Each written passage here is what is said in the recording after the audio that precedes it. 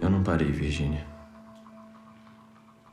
Eu estou trabalhando há meses em uma ideia para mais pesado que o ar. E por que isso não tá nos jornais? Dessa vez eu resolvi trabalhar em segredo. Assim, se eu fracassar, só eu sei. Mas você vai ter que contar pra alguém. Se precisar de ajuda. Sim. Quando eu me sentir pronto para testar algo em tamanho real.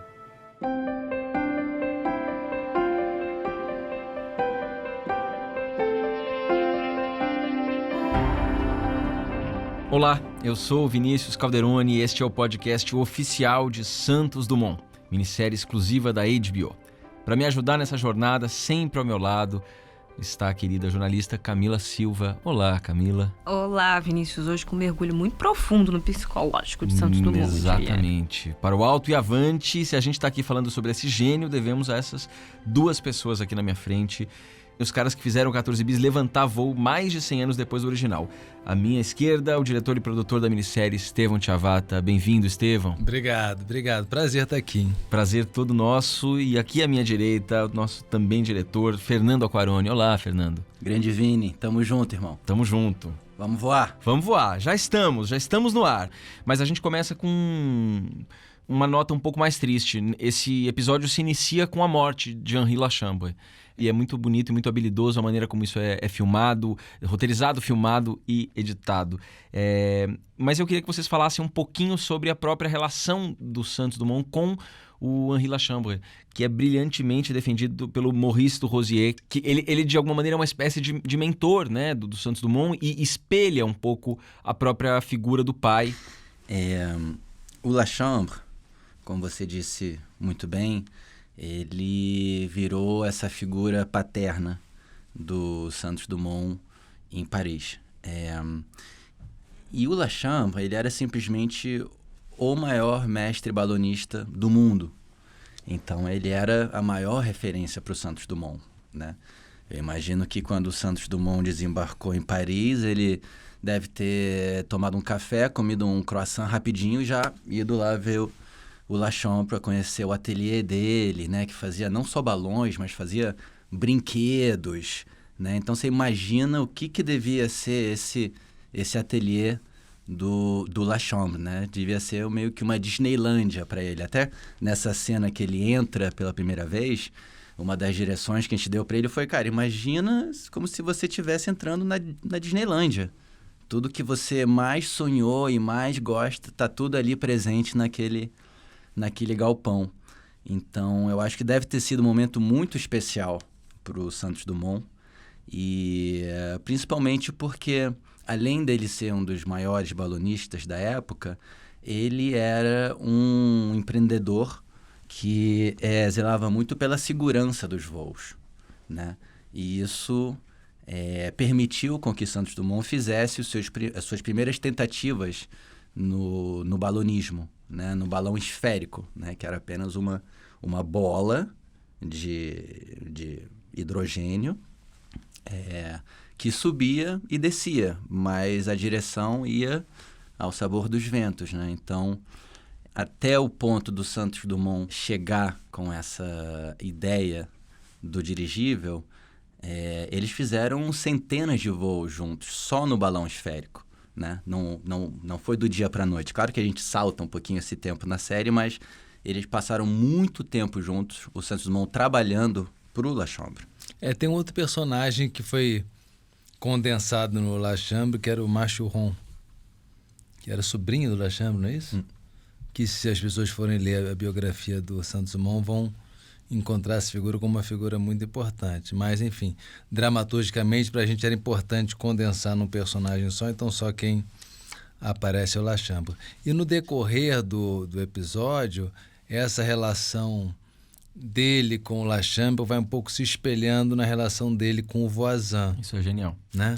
Que é meio ele também tendo que aceitar a novidade, né? Ele também tendo que deixar de ser, ou também se espelhando no Lachambre, né? Que é um pouco você não querer aquilo, mas ao mesmo tempo também admirar aquela novidade, né? Assistindo, parece que foi mais fundo no psicológico mesmo do Santos Dumont. Vocês falaram aqui que ele sentiu muito a morte do pai, da mãe, e chora ali naquele momento a morte da mãe, mas com Lachambre também tem, eu acho que tem um toque diferente nos sentimentos dele, ou como isso é passado pra gente na série.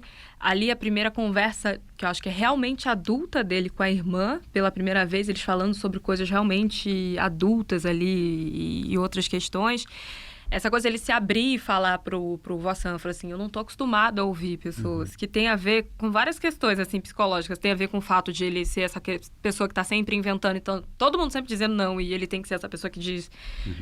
que se ouve, que dá importância a si, mas ao mesmo tempo tá trabalhando essa questão psicológica dele de... eu não tô acostumado a ouvir, eu tenho que aprender a ouvir. E ao mesmo tempo, eu vejo uma relação dele com o Chapin e com o Nuno, que toda vez que ele vai voar, que ele trata esses funcionários de uma maneira muito distante também, eu acho, de alguma maneira assim. E ao mesmo tempo ele morde a sopra. Quando ele vai voar, ele lembra dessas pessoas, que são as pessoas que realmente importam nos momentos mais marcantes dele, né? Eu queria, na verdade, entender como é que funcionava, embora não tenha, vocês já tenham dito que não tem tanta informação pessoal dele, mas como é que funcionava a cabeça de Santos Dumont, se é que é possível a gente entender. Esse psicológico mesmo, né? Eu acho que nem o próprio Santos Dumont saberia responder essa pergunta. Não fez terapia na época ainda. Tem uma coisa importante disso aí, que é o seguinte. Esse episódio e a questão do Mais Pesado que o Ar, eu acho que é o primeiro momento onde ele sai atrás. Onde ele não está na frente de todo mundo. No balão ele estava na frente, no dirigível ele estava na frente, ele estava tipo nadando de braçada. Esse momento é o momento que está todo mundo já pesquisando e ele um pouco... engatinhando ali, ficou ali meio preso no dirigível e não tinha nenhum estudo sobre o Mais Pesado que o Ar. Então acho que por isso também ele faz uma coisa reclusa, escondida, porque ele também não quer mostrar a fragilidade dele, né? Claro. Se no outro ele caísse, tudo bem que ele era o primeiro que estava fazendo único, aquilo, né? era o único praticamente. Nesse momento é o momento onde ele está mais frágil e onde ele fica nesse dilema, se expõe, se não se expõe, o que os outros estão achando dele, né? É o momento onde ele vai começando a ver que ele está ficando para trás, então o Sam deixa ele para trás na folha da página. A Mata Hari também se interessa pelos concorrentes. Enfim, acho que é um momento de talvez maior fragilidade dele nesse sentido profissional, que era o lugar onde ele sempre teve tão firme, tão presente, tão seguro. É o momento onde todo esse universo dele desmorona, né, de certa maneira. Assim. Falando em fragilidade e em Santos Dumont estar atrás, e é engraçado porque quase parece um pouco um trailer, uma antecipação temporal do que foi a corrida espacial, né? Assim, tem um quê, né? De Sim. quem vai ser o primeiro, quem será o Exatamente. quem será o primeiro. Tem uma... e essa dimensão é muito forte. Gente, Mas... não foram os americanos, tá? O Brasil pisou na Lua antes. Não, opa, não. Ele também já está exagerando. Cachorro russo foi antes que todo mundo. Nossa. Que história, né? Aliás, fica aí uma sugestão para HBO, uma série sobre a gloriosa cachorra Laika, primeira. Laika, né? O nome Laika. We will do a story before Chernobyl. It's gonna be very nice. Exatamente. Very aqui good. temos aqui um pitching aqui sendo feito em tempo real da série. Mas a gente queria falar sobre esse Santos Dumont fragilizado e, portanto, esses adversários que entram em cena, mas adversários ao contrário dos americanos, talvez, né, como o Estevão disse mesmo no episódio anterior, que ali havia uma concorrência desleal, aqui há uma concorrência quase que saudável, né? Assim, um lugar de complementaridade. Então eu queria que vocês falassem nesses encontros, se esses personagens são reais, enfim.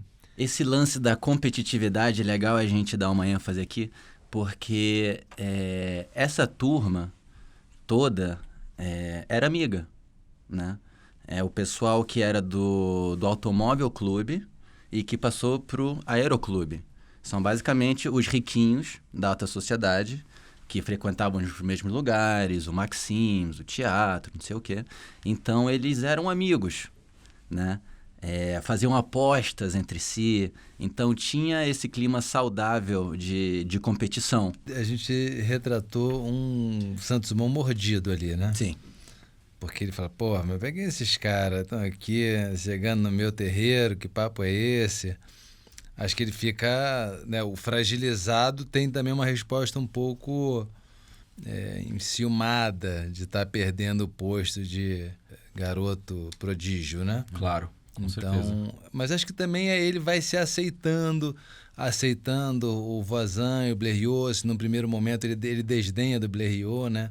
Falando, ele não tem a sagacidade de um inventor, ele não tem a rapidez, mas depois ele vai, acho que também se afeiçoando ao Blériot, vai reconhecendo os feitos do Blériot. Eu acho que pra gente foi muito importante. Acho que esse talvez tenha sido uma das coisas que eu mais me orgulho na série, porque quando a gente estava conversando sobre esse momento, num primeiro momento a gente desenhou como grupos antagonistas, né?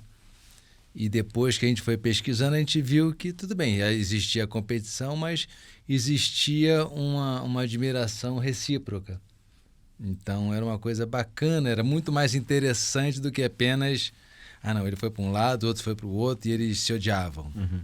Porque não deixa de ter algum componente de rivalidade. É isso, é um pouco como atletas, né? Assim, que podem ser amigos, um quer bater o melhor tempo, mas Sim. eles se dão bem pessoalmente. Então tem uma competição que está colocada, mas nem por isso precisa ser carregado nas tintas da inimizade, né? Assim, que é meio simplificadora, né? E acho que todo mundo ia falar, agora vamos bater o Santos Dumont. Agora tu não vai ganhar não, meu irmão. Exatamente. Tu já ganhou, mais leve que o ar, agora a gente é que vai levar. E ele, não, eu vou levar essa história, eu vou...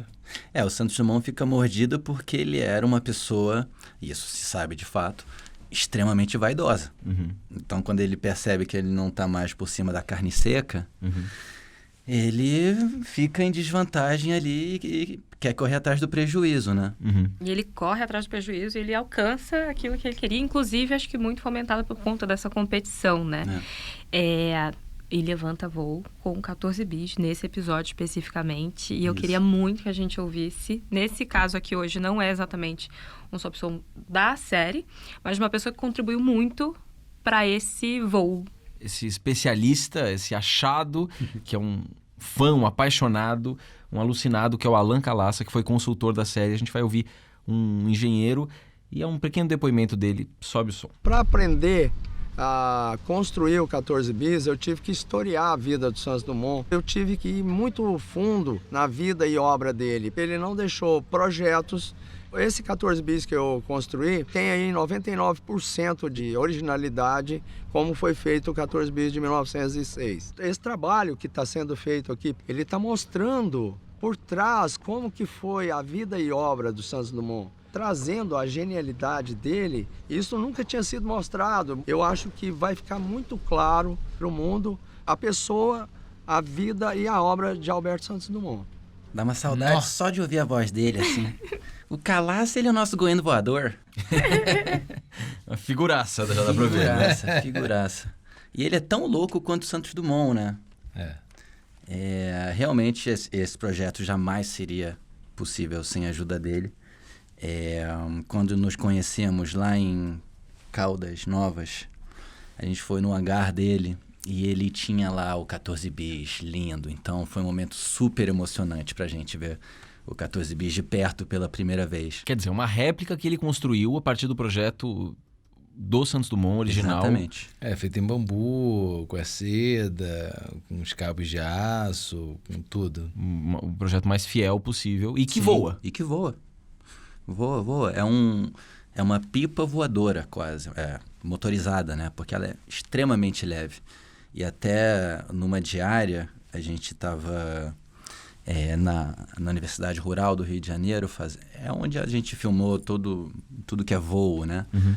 E a gente viu lá no fundo uma rajada de vento vindo na nossa direção e o pessoal teve que pegar o 14 bis, deixar de frente para o vento e todo mundo segurou as asas. Que quando o vento passou, o 14 bis ele levantou, o pezinho de todo mundo foi para cima e depois eles tiveram que botar de novo no chão.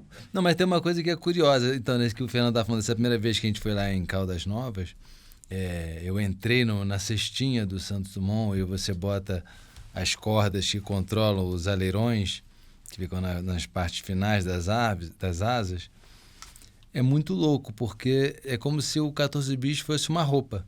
É. De fato. Você vira aquela aeronave. Você assim, veste o 14 bis. É uma experiência que eu adoraria que todo brasileiro tivesse. Muda a tua percepção de tudo, assim.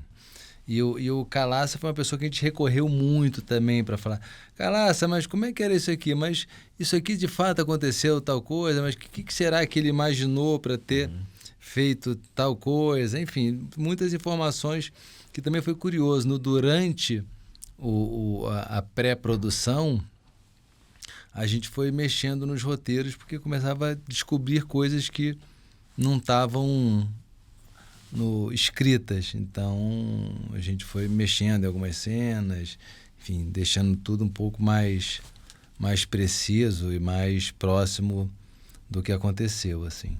Em relação ao voo, só para eu entender, o Calaça, ele tem essa réplica do 14 bis. Vocês copiaram essa réplica ou vocês utilizaram o que ele já tinha? Utilizamos essa réplica. Só para contextualizar aqui, o Fernando mostrou um vídeo pra gente. Fora do ar. Fora do ar. Nem dentro do ar, porque vocês não veriam. Exatamente. Mas, enfim, não teria o Fernando como. mostrou um videozinho pra gente em que ele tem esse 14 bis tentando levantar voo e ele se estilhaçando ali. Esse mesmo? É esse mesmo. Foi a pior diária da minha vida. Foi no primeiro plano do dia. Ele nem entrou no quadro. E uma lufada de vento lateral simplesmente fez o 14 bis colapsar. Foi assustador, assim, porque o Calaça fica a 1 metro da hélice, né? Então, poderia ter se machucado e tal, mas graças a Deus foi tudo certo. E demorou 1 mês até ele reconstruir esse 14 bis, né? Foi bem no final da gravação das filmagens. Então, a gente entrou de férias, voltou e depois foi fazer essa última diária que estava faltando. E ele ensinou o Zappa também a pilotar. Qual era a sensação dos atores nesse momento de levantar voo ali num 14 bis? Ou num dirigível, como foi o caso Eu acho que é mais um elemento. Por exemplo, o Zappa fala muito que só o fato de você botar o figurino, botar o bigode já te deixa dentro do personagem. Eu acho que você subir na aeronave é ainda muito mais simbólico, né? O Zappa, ele aprendeu a taxiar com o 14 bis e com o Demoiselle. Ele só não aparece voando, né? Quando é voo mesmo, é o Calaça pilotando. Pessoas apaixonadas como vocês pela história de Santos Dumont. Qual foi a sensação de ver esse 14 bis, o Zappa caracterizado nesse set de filmagem? Como é que se apresenta essa cena para vocês? Chorei! Quando qualquer coisa ficava muito boa, eu falava, chorei! Mas nesse caso aí, vários momentos na série eu me emocionava muito e chorava assim, lacrimejava, né, de emoção ao ver, porque isso também foi uma coisa meio maluca, assim. Vários momentos eu olhava pro monitor e parecia que eu estava vendo um filme de época, ou eu era muito parecido a imagens que a gente já tinha visto em preto e branco, que a gente estava reproduzindo ali a cores. Era uma coisa meio maluca, assim. A gente está sonhando com essa série há muito tempo já. Porque você imagina, é uma série super complexa, né? Super difícil de ser realizada, de alguém embarcar nessa ideia. Nossa sorte é que encontramos aí um bando de loucos, tão loucos quanto a gente, né? Então, foi muito emocionante, não só tendo 14 bis ali, mas foi muito emocionante vendo os dirigíveis voando. É uma coisa gigantesca que a gente construiu. É monumental, sabe? Então, ver isso em ação, assim, falar, caramba, que doideira, cara, o que a gente está fazendo, sabe? Ninguém vai poder tirar isso da gente. Nunca, sabe? Então, foi muito emocionante, assim, e na última diária de gravação, né? Todos os atores chorando, não sei o que, aquele chororô. E eu assim, caramba, cara, eu só vou poder chorar daqui a 1 ano, quando tiver tudo pronto, sabe? Porque até agora eu não consigo chorar, porque tem tanto trabalho pela frente, que eu só vou chorar daqui a 1 ano. Eu quero conversar um pouquinho, já que vocês estão emocionados. que todo mundo fala dessa questão do set de filmagem ser muito harmonioso. Vocês já falaram disso aqui com a gente e de sentirem saudade disso. Mas essa relação de vocês vem antes disso, né? Eu queria que vocês contassem pra gente entender que dupla é essa, né? Aquarone e Chiavata. Os italianos. Italiano. Tutti buona gente. Tutti buona gente. Eu conheci o Estevão em, eu acho que 2003 ou 2004, quando eu entrei na Pinorama para fazer um estágio. Então eu fui estagiário do Estevão e de lá para cá, enfim, a gente rodou o mundo algumas vezes, dirigindo e criando projetos juntos. Temos uma amizade muito, muito forte. Ele é meu irmão. Eu sou padrinho do Rock, que é um dos maiores títulos que eu vou ter na minha vida. Rock é filho do O Rock Estevão. é filho do Estevão, da Regina, fofo. E pra mim é uma escola, né? Imagina, o Estevão, ele é o meu mestre, meu guru, é meu Lachambre. É seu Lachambre. Meu Lachambre. E ele tem, enfim, uma baita experiência com isso, né? Essa foi a minha primeira aventura no mundo da ficção. Então, você imagina, né? Um set desse tamanho, um projeto tão ambicioso quanto esse. Eu ter a oportunidade de estar com o Estevão, que é já um diretor super renomado, conhece muita gente, para mim foi um privilégio, foi realmente um sonho, assim. É uma experiência que eu vou guardar pro resto da vida, com certeza. Acho que a gente fez um monte de coisa maneira, né? A gente só faz coisa boa. Só faz coisa boa. Só faz coisa boa. E desde que a gente se conheceu, né? A gente se conheceu e se identificou. Já virou amigo de graça, atrás, né? Virou amigo de graça e acho que tem uma sinergia, uma tranquilidade, um carinho, um amor muito grande entre a gente. Agora, em relação ao set, porque como eu sou produtor, diretor, para você ter uma ideia, talvez eu seja o único produtor, diretor que está no grupo de WhatsApp da equipe. Da turma da bagaça, eu tô lá nesse grupo, sacou? Eu não tô, para vocês terem ideia. Mas, enfim, mas tudo isso é porque quando eu comecei na área audiovisual, eu fiz de tudo. Então, assim, eu já fui vídeo assist, eu não virei diretor, não tem esse pedigree familiar, não.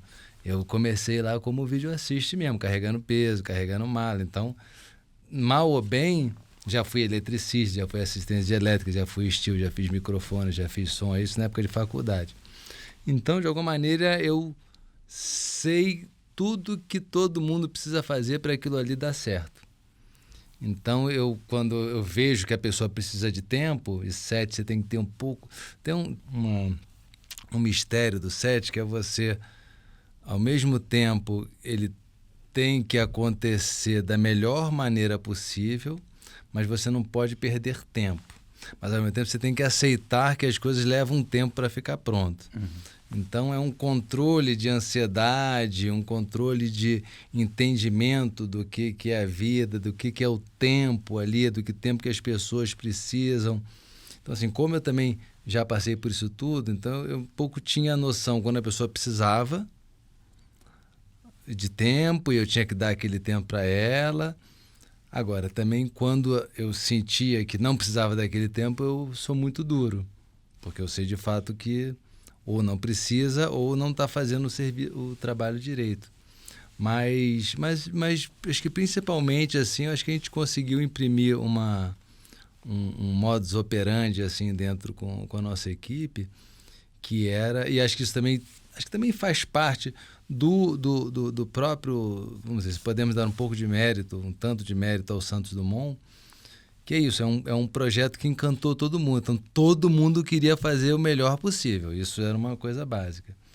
Então, acho que o que eu fiz foi deixar que todo mundo brilhasse, que todo mundo desse o seu melhor.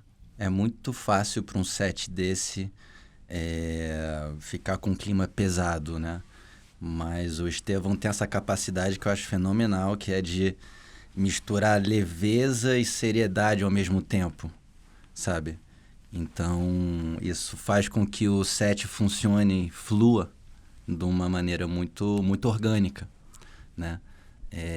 Eu fiquei super impressionado, assim, porque esse set de ficção, para mim, parecia uma mistura de exército e circo. Não sei se era um exército circense ou um circo militar, assim, né? Tem um pouco dos dois. E o Estevão, ele sabe reger isso muito bem. Um general bem palhaço, né? Um Isso. palhaço general, uma coisa assim. Que nariz vermelho, né? Farda e nariz vermelho. É o Estevão. Vou aproveitar que o Estevão estava falando sobre o set, essa questão da gente entender como funciona o tempo num set, porque o Irandê, Holanda, ele assina a caracterização desses personagens, Sim. né? E ele fala justamente sobre isso. Acho que cada um de vocês deve ter sido perguntado sobre como é o desafio de filmar uma série como essa, que está, inclusive, nos nossos bastidores. Ele fala que o desafio maior é você entender que uma trama de época, você precisa de tempo e precisa de profissionais especializados. E tem esses caras todos caracterizados. Nesse episódio aqui, especificamente, o Santos Dumont, ele muda de figura, ele muda completamente. Num determinado momento, ele tá aquele jovem, e depois ele já passa alguns anos da vida dele, né? Lembrando que o Zappa interpretou, se não me engano, dos 16 aos 41 anos do Santos Dumont. Ele tendo 29. Isso. Como é que foi esse trabalho, assim? Bigodes e fios de cabelo que a gente vai percebendo ao longo do episódio. Falando assim, olha, eu acho que aqui apareceu um fio branco. Ou essa boina apareceu aqui, esse lenço escureceu. Enfim, mas focado na caracterização mesmo. Olha, tinha virado até um jargão no set, que a gente não pedia nem pra chamar o Zappa, a gente pedia pra chamar o Bigode. Entendeu? Cadê o Bigode? Traz o bigode. Então é isso, a gente teve que esperar, né, um pouco mais do que um set normal, mas tendo essa consciência que não era um set normal, porque o tempo que eles estavam lá vendo o bigode ou o fio branco de cabelo, a gente estava no set vendo isso, a luz, a poeira, a fumaça, a sombra, é tudo tão minucioso que o tempo que for necessário para ficar perfeito, a gente espera, senão nem vale a pena fazer, né? Nesse episódio tem um encontro muito marcante de Santos Dumont com Mata Hari, que é essa figura interessantíssima, né? Uma artista originalmente holandesa, mas que foi para a Indonésia e depois também criou, segundo as próprias palavras dela no episódio, um pouco fabulou um pouco essa história, né? Dessa influência indonésia, um pouco para vender ingressos e tudo mais, mas uma grande personagem, porque também tem uma história que eu até acho que vocês podem contar um pouco melhor a história.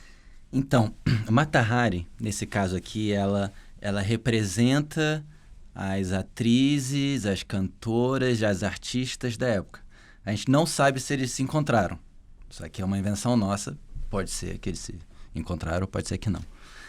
Mas ela representa essa classe artística, porque ele, de fato, gostava muito de sair com essas figuras, porque ele aparecia bem no jornal, ele aparecia bem nos lugares que ele frequentava. Então, isso para a imagem dele, né, era muito poderoso. E a gente escolheu Mata Hari porque, enfim, ela é um personagem muito emblemático. E também tem esse lance que ela era espiã.